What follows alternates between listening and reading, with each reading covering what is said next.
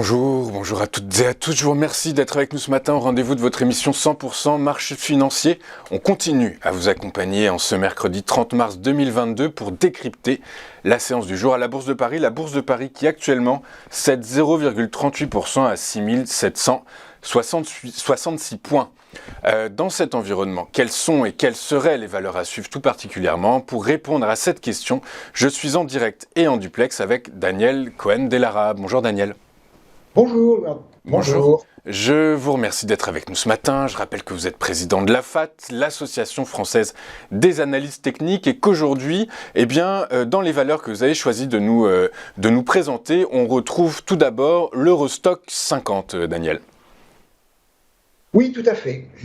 Alors, l'Eurostoxx 50 a eu une configuration ces derniers jours que je trouve sur le plan de l'analyse technique tout à fait intéressante, et c'est pour ça que j'ai souhaité vous le proposer. Alors on retrouve évidemment toute la baisse depuis le début de l'année, avec une baisse de l'ordre de 25%. On a trouvé un support sur 3380, avec une belle structure de retournement, l'ouverture d'un gap aux alentours de 3765 et une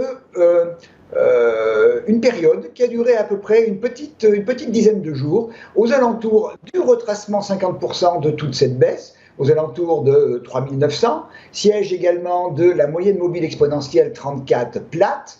Et puis, hier, on a une très très belle bougie qui est venue tester le retracement au-dessus à 4010, niveau particulièrement important puisque, en plus du retracement 61,8, c'est un niveau de résistance qui est tout à fait important, que l'on a testé au mois de décembre à 2 reprises, que l'on a testé dans la baisse au mois de janvier, on l'a testé une fois en support, on l'a testé ensuite en résistance, et là on vient à nouveau sur ce niveau important.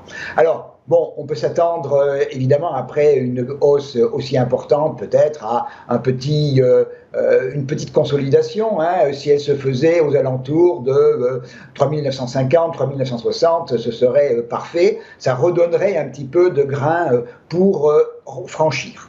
Alors, l'objectif pour les jours à venir, c'est effectivement le franchissement de ce retracement 61,8, le franchissement de 4010 en direction de 4050, 4100. Là, obstacle autour de 4100, 4130 avec la moyenne mobile de 100, et en cas de franchissement, 4180, 4240. A contrario, la rupture de 3840 donnerait un signal extrêmement négatif pour ce rallye, et évidemment la rupture du gap à 3765 sonnerait probablement le glas de ce mouvement haussier.